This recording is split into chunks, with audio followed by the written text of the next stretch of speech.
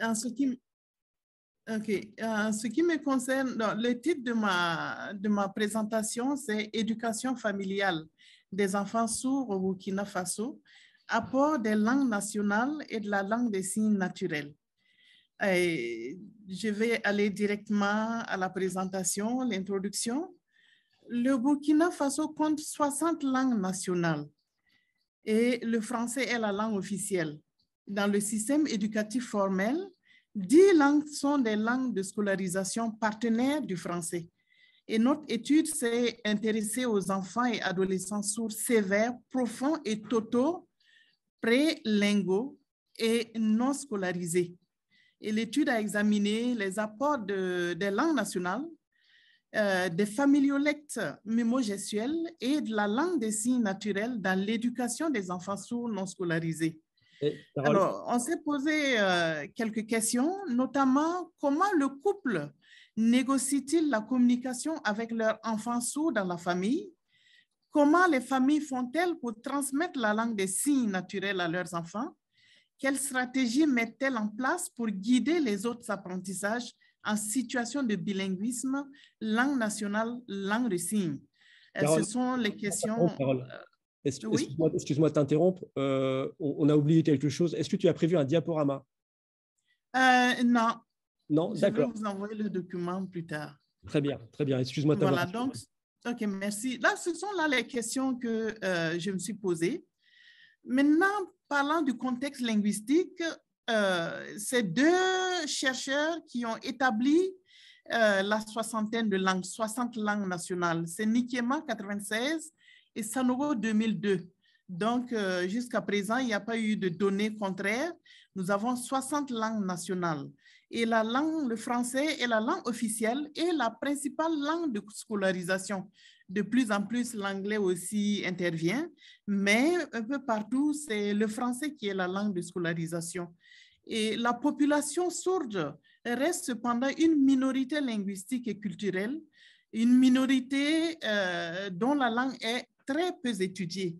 Et dans le système scolaire, nous avons une vingtaine d'écoles inclusives pour les enfants sourds et c'est le langage des signes pidginisé à partir de la langue des signes américaine et des signes locaux qui sert de canal linguistique dans le processus d'enseignement-apprentissage de ces minorités, de cette minorité d'enfants sourds scolarisés. La majorité des enfants est gardée hors du système éducatif, d'abord par manque d'école, ensuite par manque d'enseignants formés. Et l'étude met l'accent sur ce groupe linguistique minoritaire-là. Bon, la méthode, elle est mixte et la population de l'étude est constituée de 45 enfants et adolescents de 2 à 18 ans résidant dans 5 zones linguistiques du Burkina Faso. La zone moriphone, dans la région du centre, la zone djulaphone, la région des hauts-bassins, la zone foulaphone, la région du Sahel, la zone goulmantimanphone, qui est la région de l'Est du Burkina, et la zone bissaphone, c'est la région du centre-Est. Et l'étude a examiné les apports des langues nationales donc, et de la langue des signes naturels dans l'éducation de ces enfants non scolarisés dans les zones citées. On va aller aux résultats. D'abord, comment le couple, la famille s'arrange pour l'éducation familiale des enfants sourds. À ce niveau, le couple utilise des gestes et des mimes. Des gestes et des mimes tirés des langues verbales parce qu'en Afrique en général, quand nous parlons, nous accompagnons de gestes. Nous accompagnons aussi de mimes. Donc, les couples, très souvent, ce sont des couples qui ont des enfants sourds, mais qui ne sont pas sourds. Donc, ils utilisent ces signes au niveau familial que nous avons appelés les familiolectes mimo-gestuels. Il y a les mimes et il y a les gestes. Donc, il revient à ses parents donc, de transmettre les gestes et les mimes qui préexistaient, j'allais dire, dans le langage, dans les communautés, et qui sont contextualisés. Et il y a des mimes qui s'ajoutent, il y a des gestes aussi que les parents créent pour donner plus de sens au texte, en tout cas à ce qu'ils veulent inculquer à leurs enfants.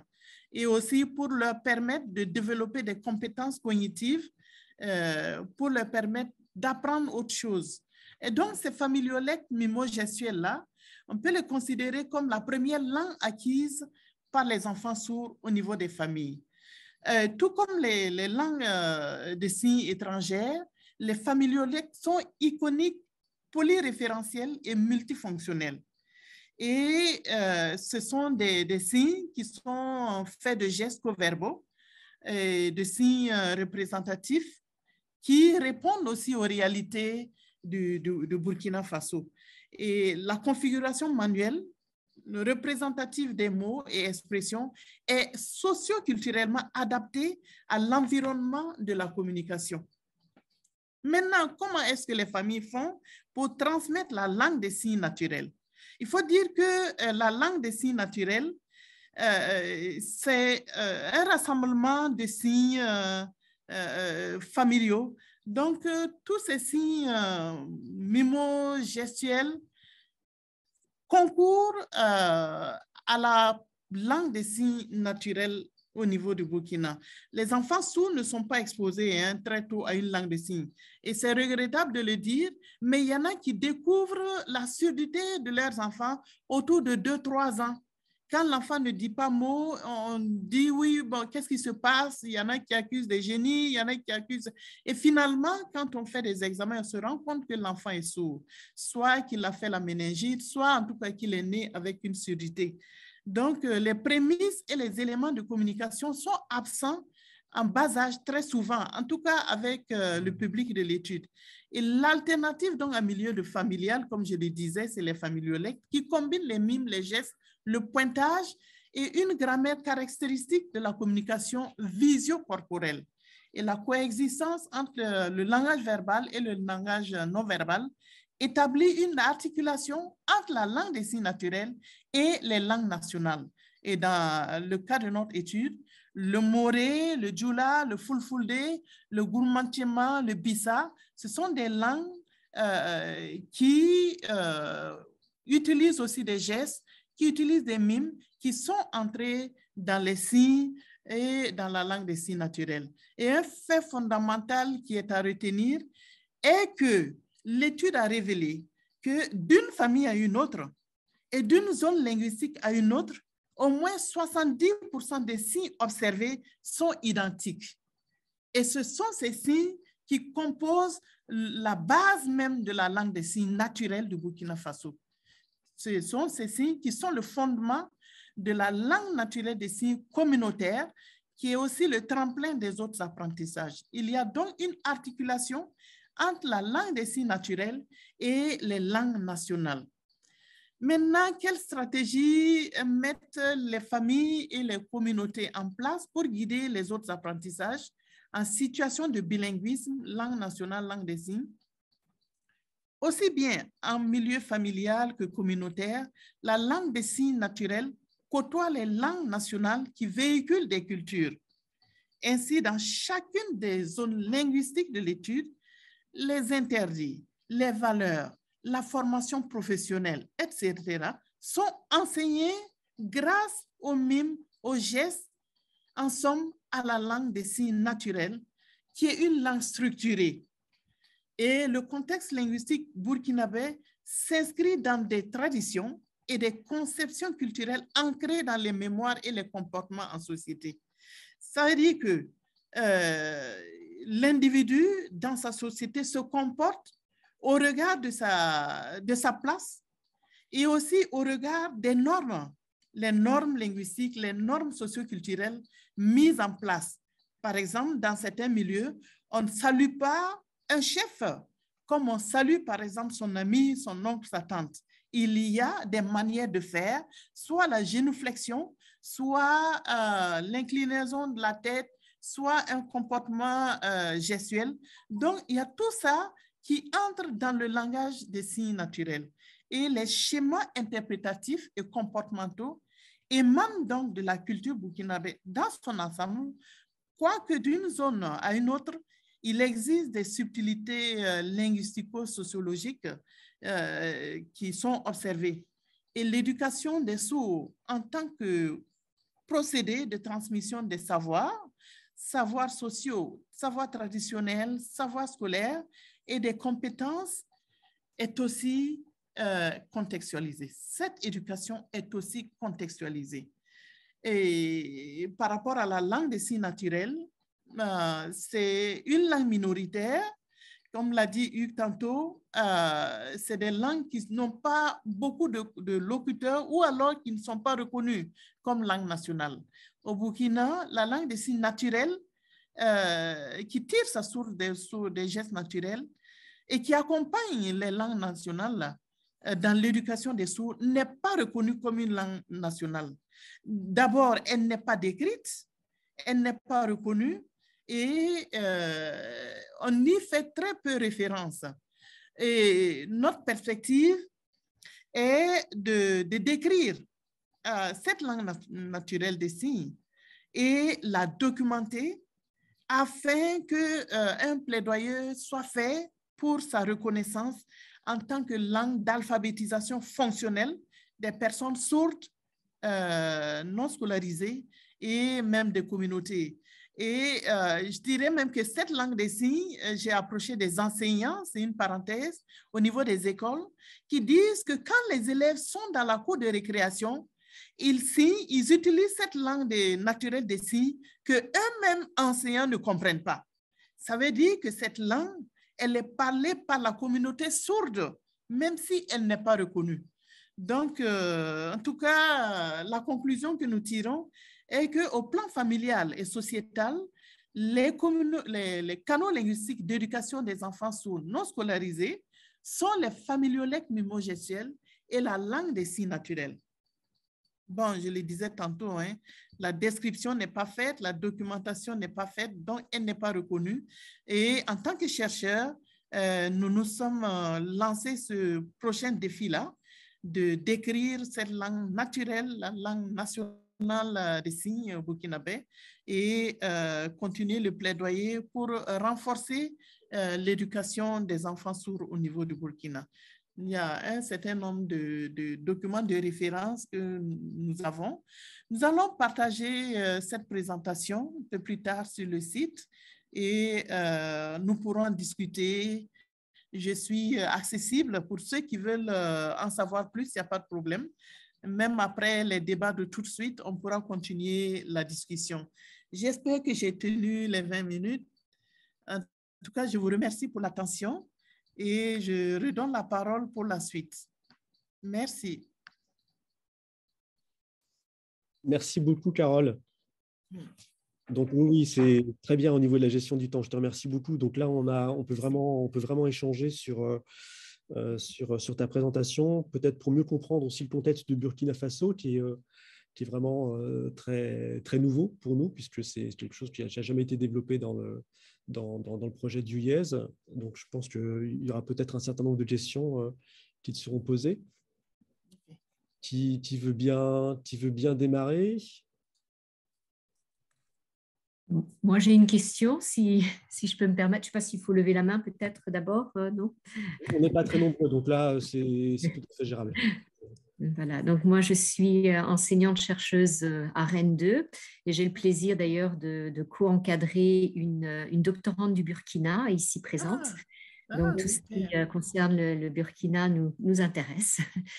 Voilà, donc, j'ai cru comprendre que, puisque votre prochain défi, c'est effectivement de rédiger, de formaliser la langue des signes au Burkina, et puisqu'il n'y a pas de reconnaissance actuelle, c'est effectivement un gros chantier là, que vous avez devant vous. Quelles seraient éventuellement les aides institutionnelles au Burkina pour vous accompagner ou pour vous aider dans cette tâche? Okay. J'y vais, je réponds. Oui. Ok, d'accord. En tout cas, c'est une grande tâche. J'ai le soutien de mes collègues du département de linguistique et des langues nationales, du département des sciences de l'éducation aussi, de l'Institut des sciences des sociétés du CNRST.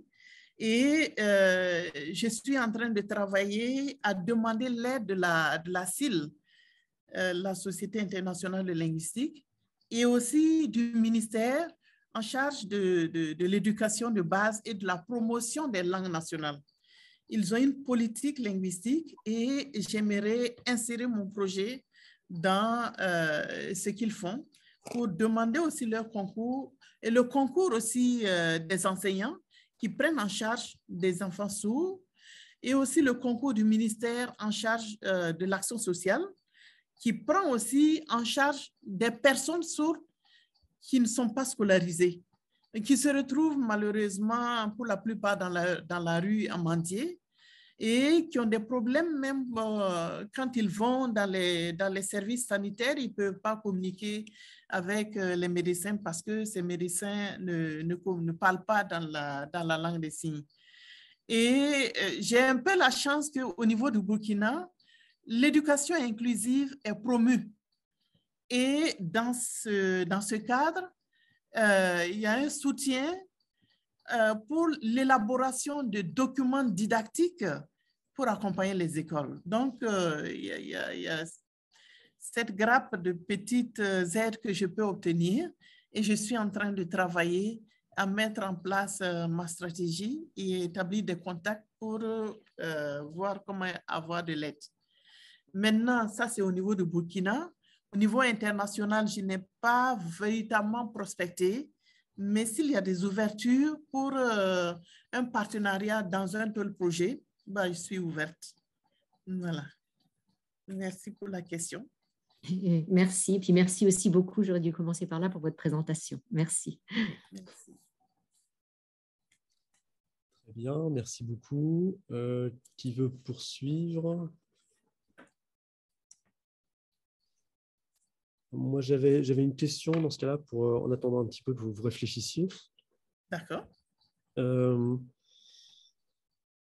Alors, si j'ai bien compris, donc c'est la proposition qui est faite, c'est de créer une langue des signes en langue nationale. Mais quelle est cette langue nationale en fait? Est-ce qu'il y a un consensus qui a été fait ou bien s'agit-il de développer une langue des signes par langue nationale? Comment ça se passe? Et désolé si tu l'as abordé tout à l'heure, mais voilà, j'ai besoin de revenir sur cette dimension-là. D'accord. Il n'est pas question de créer une langue. Parce que déjà, les sourds au niveau du Burkina ont leur langue qui est naturelle, la langue des signes naturelle, qui malheureusement n'est pas décrite. Et cette langue naturelle-là, qui est utilisée dans la communauté, n'est pas valorisée. Elle n'est pas décrite, mais nous savons qu'il y a une langue des signes naturelle qui est là. Et c'est un peu partout pareil en Afrique francophone, parce que la langue des signes qui est là, qui est utilisée dans les écoles, c'est la langue des signes américaine, qui a été introduite dans les années 1978-80 par le pasteur Andrew Foster, un diplômé de l'université Gallaudet, c'est un Américain, mais qui a amené la langue des signes pour l'évangélisation. Et c'est cette langue des signes qui a été cooptée pour l'éducation. Et un peu partout en Afrique francophone, c'est comme ça. Mais il se trouve que de plus en plus, les gens s'intéressent aux signes locaux, aux langues de signes naturelles dans les pays. Et à titre d'exemple, le Mali a décrit sa langue des signes naturels et c'est la langue des signes du Mali. Et je sais qu'il y a une langue des signes au niveau du Burkina, elle n'a pas d'écrite, je l'ai étudiée, je suis toujours en train de l'étudier. Donc, il n'est pas question de créer, parce que nous ne pouvons pas créer une langue pour une population. Les sourds, ils doivent même être très impliqués dans cette description parce que c'est leur langue. Nous ne pouvons pas mieux parler cette langue que les sourds. Donc, il n'est pas question de créer, mais de valoriser l'existant. Donc, c'est surtout ça. Je ne sais pas si j'ai répondu à votre question, Hugues. Si, tout à fait. C'est moi qui me suis mal exprimé, en fait. Donc, je te prie de bien m'excuser. Non, donc, effectivement. Est-ce que ça veut dire, dans ce cas-là, qu'il y aura une langue il y a une langue des signes en Dioula, en Fulfulde, en Bissa, et donc l'idée est de passer de l'existence de ces langues à une formalisation, peut-être, une visibilité de celle-ci.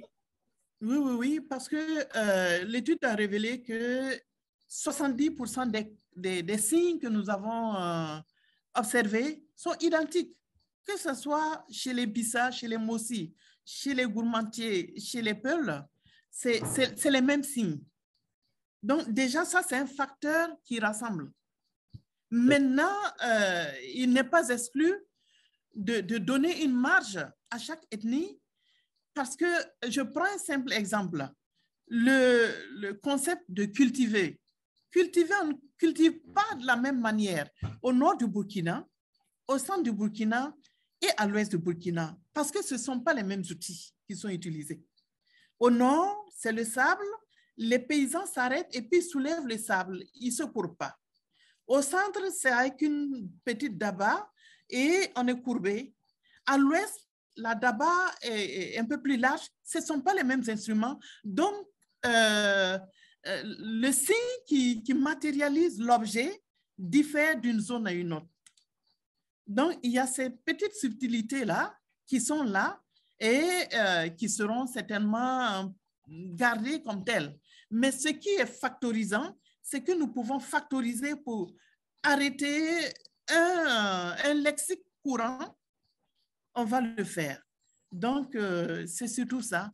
Mettre en commun ce qui peut mettre en commun pour qu'au niveau scolaire, on puisse avoir cette langue des signes pour accompagner les enseignements. Parce que présentement, le souci dans les écoles est que il y a beaucoup de signes qui ne répondent pas aux réalités du pays. Je prends par exemple un signe, le signe de boire. Au Burkina, pour boire, on mime la calebasse, et on amène vers la bouche pour dire boire. Je vais boire, j'ai bu, c'est pareil. On mime la calebasse et puis on approche vers la bouche. Et quand vous êtes chez vous et un sourd vient à la porte faire comme ça, vous savez automatiquement qu'il demande de l'eau à boire. En langue des signes française, le verbe boire, il y a la configuration du E, comme ça, le E, et on va vers la bouche pour dire boire. Voilà. Maintenant, pour la langue des signes américaine, c'est le W de water, et water comme ça. Nous, au Burkina, ça ne veut rien dire. En tout cas, c'est enseigné dans les écoles, mais ça ne répond pas aux réalités culturelles. Donc, dans les zones de l'étude, boire, c'est là. Et ça répond aux réalités culturelles. Voilà. Il n'empêche pas que, en décrivant cette langue des signes naturels, elle sera en partenariat avec soit la langue des signes américaine qui a été pidginisée au contact des signes naturels et aussi la langue des signes française qui est en train d'être introduite dans certaines écoles. Parce que cette introduction aussi relève des aides qui sont reçues par les écoles. Une école qui reçoit des CD, des livres en langue des signes française, l'école va utiliser ces signes-là. Et c'est ainsi qu'il y a, dans le système éducatif, il y a une certaine disparité des signes. Et j'ai évoqué le problème dans 2 autres articles que j'ai publiés.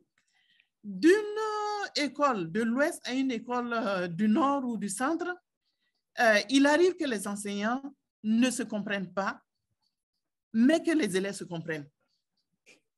C'est véritablement problématique. On peut se poser la question, comment ça se passe? Que les enfants se comprennent d'une zone à une autre et que les enseignants qui sont là avec leurs outils didactiques créés, ils ne se comprennent pas. C'est simple. Les enfants ont leur base linguistique, qui est la langue naturelle des signes, et les enseignants ont leurs documents et leurs méthodes d'enseignement, et aussi ils créent des signes, et quelquefois qu'ils perdent, ou en tout cas, ils ont des difficultés. Donc, on a besoin quand même de guider ces enseignants vers des outils consensuels pour qu'au niveau national, il y ait une certaine planification linguistique pour l'éducation des sourds qui puisse tenir la route. C'est ça. Merci beaucoup. J'aurais plein de questions à te poser encore, mais donc je ne suis pas seul. Je vois que que Gwenolé a levé la main. Et avant Gwenolé, je crois qu'il y avait Rabiatou Zigani. Je vais laisser la parole à Rabiatou Zigani. Bonjour tout le monde. Bonjour. Je suis Rabiatou Zigani, doctorante en co-tutelle à l'université Joseph Kizerbo Burkina et à l'université Rennes 2. Et c'est ma directrice qui a pris la parole tout à l'heure, Madame Even. Voilà, donc moi j'avais une question donc, qui a été un peu répondue, elle a un peu répondu à la question. Je voulais savoir en fait, est-ce que, bon, j'avais cru comprendre que Bambara envisageait peut-être mettre en place un document, rédiger un document pour, je sais pas, enseigner ou former les enseignants à la compréhension de la langue des signes. Mais à travers sa réponse, je me rends compte que ce n'est pas le cas. J'ai l'impression que c'est juste un document qui va permettre aux enseignants ou les Burkinabés de comprendre la langue des signes, mais pas un document un document universel. Par exemple, si en France ici, par exemple, je sais pas si la langue est enseignée, mais souvent, quand je regarde à la télé, je vois que quand il y a une information qui est donnée, il y a une personne à côté qui essaie de mimer pour les sourds-muets. Donc, je me dis, si, bon, je ne sais pas comment dire, moi, j'avais cru qu'elle voulait, je ne sais pas, peut-être faire une formation sur les langues des signes de façon universelle pour tout le monde. Mais je pense que dans ce cas-là, si toutefois elle arrive à produire ce document au Burkina, ça ne servira pas parce que la manière dont les sourds-muets communiquent aux États-Unis, en France, ce n'est pas de cette même manière-là que les Burkinabés communiquent. Donc, si je comprends bien, c'est seulement pour le Burkina. Carole? Ça y est? Tu m'entends? D'accord, oui, j'entends, j'ai noté. Est-ce que c'est seulement une langue pour les Burkinabés, pour que les Burkinabés parviennent à comprendre ce que les sourds-muets disent ou bien arrivent à communiquer avec eux? Voilà, donc, je ne sais pas. Donc, pour moi, si tu fais ce document, par exemple, et que les enseignants sont informés, tout le monde est informé, et quand on arrive au Burkina à échanger avec les sourds-muets, ça veut dire, si pour un sourd-muet qui quitte le Burkina et qui vient en France, il ne pourra pas communiquer avec les Français. Parce que, je ne sais pas, tu comprends ce que je veux dire, oui, non? Oui. Voilà. OK. Non, la préoccupation, je la comprends. Il y a un travail préalable qui a été fait, qui a été fait. Et avant ça, je dirais que même au niveau international, il n'y a pas une langue universelle des signes. Il n'y a pas une langue universelle des signes. Donc, ça ne sera pas exceptionnel pour le Burkina. Mais il y a des tentatives qui ont été faites, notamment l'harmonisation d'une langue des signes pour les écoles au niveau du Burkina. Et le travail a été commencé par la Fédération des écoles de sourds du Burkina il y a une dizaine d'années, mais elle n'a pas été achevée. Et entre-temps, il y a une directrice d'école avec des partenaires qui ont créé un dictionnaire de signes. Mais ce dictionnaire, beaucoup d'enseignants l'ont rejeté parce qu'ils ne se reconnaissent pas dans les signes qui ont été créés. C'est une réalité. Donc, ce dictionnaire n'est pas utilisé dans toutes les écoles. Donc, l'étude que nous voulons mener, c'est bien avant la formation. La formation des enseignants interviendra après. Donc, c'est avoir un document consensuel qui implique les sourds eux-mêmes et qui va produire un document quand même de base avec un lexique, avec la grammaire de cette langue des signes. Et c'est après toutes ces descriptions que nous pourrons parler de formation des enseignants et même de formation d'autres personnels, le personnel médical par exemple. Et vous avez tantôt parlé des signes au niveau de la télé. Ailleurs, ça se fait.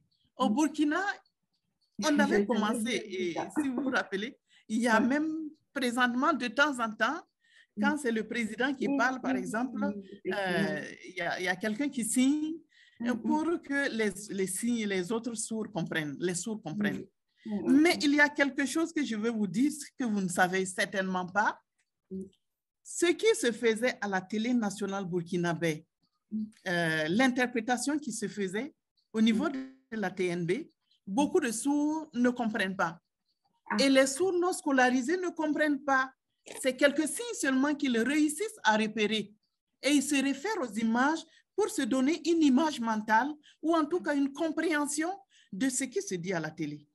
Et j'ai questionné des enseignants qui m'ont dit qu'eux-mêmes, ils ne perçoivent pas les messages, beaucoup de messages de ce qui est signé par l'interprète à la télé. Donc, du coup, il y a du travail à faire pour harmoniser tout ça, pour que quelqu'un qui va signer à la télé, que les sourds non scolarisés le comprennent, que les sourds scolarisés le comprennent aussi. Donc, c'est ça la problématique. Donc, le document ne sera pas un document universel. Non, non, je n'ai pas cette prétention-là, mais au moins un document de base linguistique pour permettre de lever les difficultés linguistiques de l'éducation, pas seulement au plan scolaire, formel, mais aussi au plan familial, au plan communautaire. Parce que nous avons besoin de parler à nos parents sourds. On ne doit pas attendre d'avoir un enfant sourd pour s'intéresser à comment est-ce qu'on peut parler à cet enfant-là. Beaucoup de parents ont détecté la surdité tard et ils ne savaient pas quoi faire. Et comme comme vous savez, chez nous, il n'y a pas beaucoup d'écoles de sourds. Et pour un parent qui va quitter un quartier pour aller à 5 km, aller scolariser son enfant, en sachant qu'il n'y a pas de cantine dans cette école, prendre l'enfant le matin, aller le déposer à l'école, ramener à midi, repartir à 15 h, ramener à 17 h, il y a très peu de parents qui sont enclins à s'engager dans cette éducation-là. Ils préfèrent laisser leurs enfants à la maison. Donc, ce sont des défis. Et déjà, si on réussit à faire le plaidoyer et que ce document soit élaboré, nous pourrons le mettre en ligne pour que les parents puissent y avoir accès. Et vous savez que maintenant, au Burkina Faso, même les SMS, WhatsApp et tout, on se partage des documents et les choses sont facilitées. Donc là, c'est un autre canal qui peut garder, un parent peut garder son enfant à la maison et l'éduquer sur une base linguistique assez commune. Donc, c'est ça la vision. Sinon, on ne cherche pas à créer ce que même les pays développés n'ont pas créé. Oui, c'est ça. En tout cas, ça serait une bonne cause. Et je vous encourage vraiment à le faire parce que ça va beaucoup aider les sourds. Mes encouragements aussi pour la thèse. Merci bien. Désolée, on est en train de parler dans notre langue. Voilà, on a parlé bissa. Juste, voilà, quelque chose en bissa chez nous. Ça donne envie de mieux vous connaître encore. Je passe la parole à Gwénolé, si tu veux bien. Merci beaucoup pour votre intervention. Moi, je suis Gwénolé Larvol, je suis doctorant à Rennes 2 et à Genève sur les questions d'enseignement du breton, sur l'appropriation du breton par les élèves qui sont dans les écoles bilingues. Et je suis amené aussi à fréquenter beaucoup de sourds dans l'organisation d'un festival de cinéma sur les minorités. Et donc, depuis 10 ans maintenant, c'est des questions qui m'intéressent beaucoup. Et j'avais des questions un petit peu techniques, parce que pour votre document, justement, et même dans le cadre général de la description de la langue, comment est-ce que vous procédez? Est-ce que c'est les sourds eux-mêmes qui documentent leur langue? Est-ce que c'est des chercheurs qui ont une maîtrise de la langue des signes qui le font? Est-ce qu'il y a des interfaces par des interprètes? Vous avez parlé d'interprètes pour la télé, pour le discours du président tout à l'heure. Donc, c'est-à-dire qu'il doit y avoir des interprètes. Oui. La deuxième petite question, c'était, vous avez fait référence à des enseignants qui ne se comprenaient pas forcément d'un bout du pays à l'autre. Est-ce que c'est des enseignants sourds ou est-ce que c'est des enseignants qui ont été amenés à apprendre la langue des signes parce qu'ils avaient des élèves sourds dans leur classe? Voilà. Merci. D'accord. Merci. Par rapport à la description, il est prévu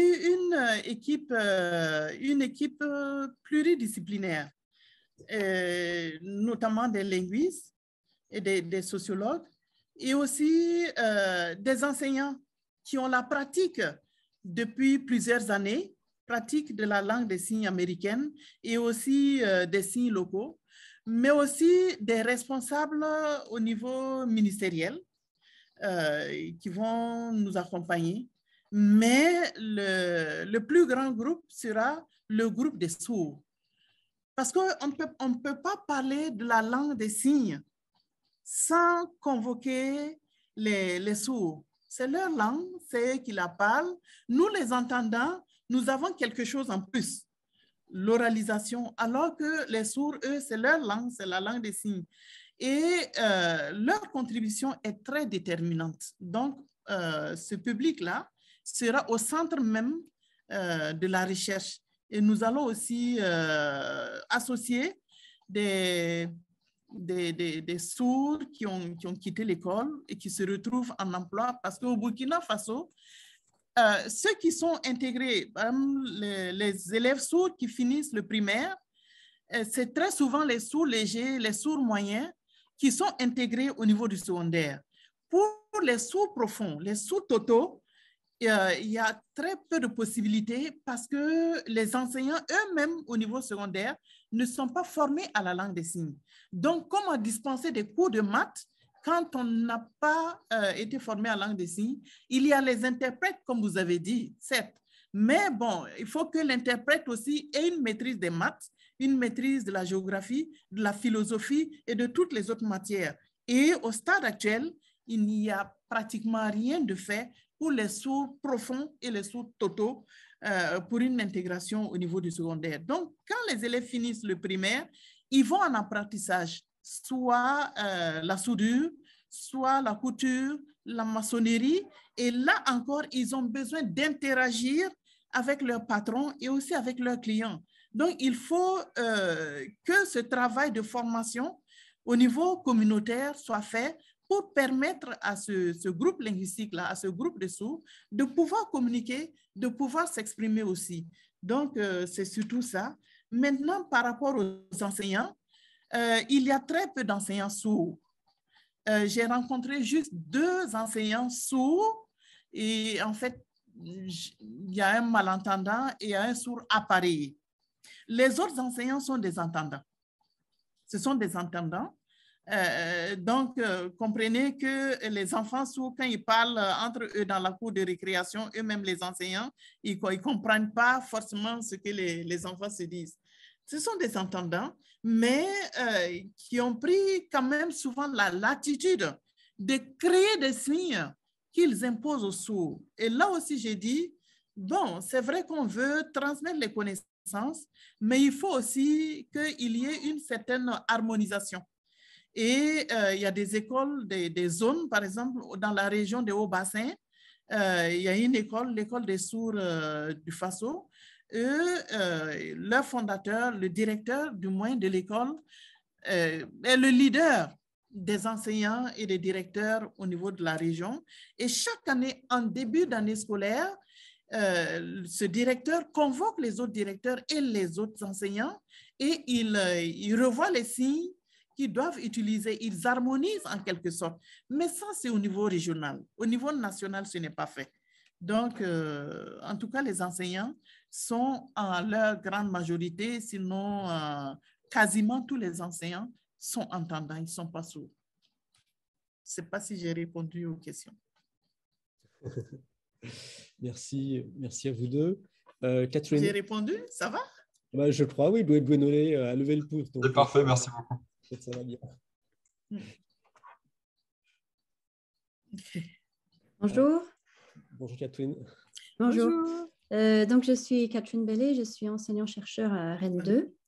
Et merci beaucoup pour la présentation, c'était vraiment très intéressant et ce travail qui est très important que vous menez. C'est passionnant d'entendre ce que vous faites et puis les questions aussi étaient vraiment pertinentes, je trouvais les réponses intéressantes. J'ai une question par rapport au lien entre les langues, la langue des signes naturelle la langue des signes que vous allez essayer de décrire et de formaliser. Et la langue officielle, vous avez dit la langue française, qui est également la langue de scolarisation, et puis les langues nationales. Et je m'interroge sur le rapport entre tout ça pour j'arrive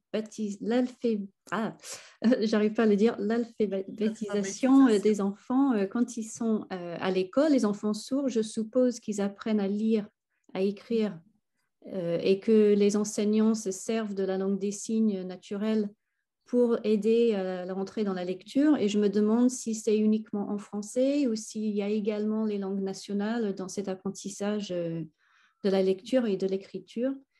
Et comment vous envisagez parce que je crois que vous avez dit dans votre présentation qu'un des objectifs de cette description et la création de cette harmonisation, c'est d'aider avec la scolarisation des enfants et avec leur apprentissage de la lecture. Okay, donc je me demande comment tout ça sera coordonné ou est actuellement coordonné dans les classes. Merci. OK. Le lien entre la langue naturelle des signes, la langue française, la langue des signes scolaires présentement, à l'exception des parents d'enfants scolarisés, il n'y a pas d'alphabétisation. Il n'y a pas d'alphabétisation. Et c'est ce que je travaille afin que nous puissions faire. Au niveau des écoles, les parents qui le veulent sont alphabétisés à la langue des signes pour leur permettre de communiquer avec leurs enfants à la maison. Mais c'est la langue américaine des signes pidginisée. Et cette langue américaine des signes qui a subi des évolutions au contact des signes naturels n'est pas non plus harmonisée. Donc, je prends par exemple le cas de la ville de Bobo. Dans les écoles, il y a des sessions de formation en langue des signes scolaires là, pour les parents, afin qu'ils puissent suivre le travail de leurs enfants à la maison et communiquer comme les enfants communiquent avec les enseignants à l'école. Ça, c'est pour une formation assez rapide avec les termes de base. Maintenant, au niveau de la communauté, ce n'est pas cette langue des signes qui est pratiquée. Ce qui est pratiqué, c'est la langue des signes naturelle, qui puise ces éléments dans la gestuelle et dans les mimes au niveau des communautés. Donc là déjà, bon, il y a deux choses. Hein. Il y a la langue scolaire et il y a la langue naturelle, même s'il y a des similitudes. Parce que je le disais dans la présentation, la langue des signes est iconique. Puisqu'il faut représenter les choses, on a une idée de ces représentations et on intègre facilement. Et j'avais oublié de répondre à quelque chose que Lengani a évoqué. Comment un sourd burkinabé et un sourd français ou belge ou suisse vont se comprendre. C'est paradoxal, mais les sourds se comprennent entre eux. Au bout d'un temps d'imprégnation, ils se comprennent. Même un sourd burkinabé, un sourd chinois, au bout d'un temps d'imprégnation, ils vont essayer, voilà comment ça se dit, comment ça se fait. Au bout d'une journée, ils se comprennent. Ce n'est pas le cas de nous qui parlons. Moi, je ne comprendrai pas breton en 1 heure, c'est clair. Mais c'est parce que la langue des signes utilise des graphiques, des icônes, c'est une langue spatiale, c'est une langue qui décrit, c'est une langue imagée. Donc, finalement, on se comprend au bout d'un temps d'imprégnation. Et les sourds me l'ont dit. Parce que dans certaines écoles, ils reçoivent, avant Covid, il y avait des échanges inter-écoles. Il y a des sourds français qui venaient dans les écoles de sourds à Bobo et qui restaient en séjour avec les sourds, mais ils réussissaient à communiquer. Voilà. Donc, à ce niveau, il n'y a pas un grand problème parce que la langue des signes est assez iconique et tout. Maintenant, le lien, c'est le lien après l'école. À l'école, les enfants parlent, à la maison, ils parlent. Mais après l'école, comment est-ce que se fait la continuité dans la communauté? L'enfant va perdre ce qu'il a appris, certains signes scolaires, il va les perdre au profit des signes qu'il va utiliser dans sa communauté. Parce qu'il va retourner dans sa communauté et sa communauté va lui parler dans la langue des signes que cette communauté comprend là. Donc, c'est cette langue des signes naturelle-là que j'ambitionne de décrire pour documenter afin que, en tout cas, la compréhension soit un peu plus large, un peu plus partagée. Sinon, dans les écoles, toujours à cause des difficultés, c'est le français signé qui est utilisé dans les salles de classe. Et le français signé n'est pas une langue des signes. C'est des signes apposés sur la structure du français.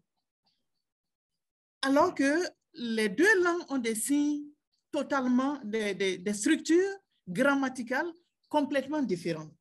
La langue des signes est spatiale. La langue française, elle est linéaire. Et déjà, à ce niveau, il y a un conflit. Et pour éviter, parce que dans les classes, on ne peut pas enseigner uniquement la langue des signes, parce qu'il y a des termes qui vont manquer. Et c'est pour ça que le français signé est utilisé, et aussi la dactylologie pour épeler les mots. A, L, A, I, N pour dire Alain. Voilà. Donc, il y a la communication totale, la méthode de la communication totale est utilisée dans les écoles pour pallier au manque de signes, à l'insuffisance de lexique. Donc, du coup, au niveau de l'école, c'est beaucoup de choses à la fois. Il y a la langue des signes, il y a le français signé. On met les signes, par exemple, il est parti. Il est parti en langue des signes. On dira comme ça un mouvement vers l'avant pour dire il est parti. C'est tout. Et un signe peut dire toute une phrase. Par contre, si on veut enseigner la structure grammaticale du français aux sourds, il faut y aller avec chaque mot son signe. Le, on épelle L et puis E. Le travail est difficile, signe de difficile. Voilà, comme ça, l'enfant intègre la structure grammaticale linéaire de la phrase française qui n'est pas la même structure spatiale de la langue des signes. Donc, c'est un gros travail qui est abattu au niveau des écoles. Et vraiment, je profite pour tirer mon chapeau à tous les enseignants des sourds d'Afrique et du monde entier. Ils font un travail formidable et ils ont besoin d'être accompagnés. Et être accompagnés aussi au niveau de la communauté. Donc, voilà. Okay. Merci beaucoup. Merci. Okay. Merci Catherine pour ta question. Je propose, au niveau temps, c'est parfait, il est 15 heures. Je propose qu'on continue avec l'intervention de Prosper. Okay. Merci pour l'attention. Merci beaucoup. Merci. Tu restes avec nous? Oui, je coupe le... Très bien, merci.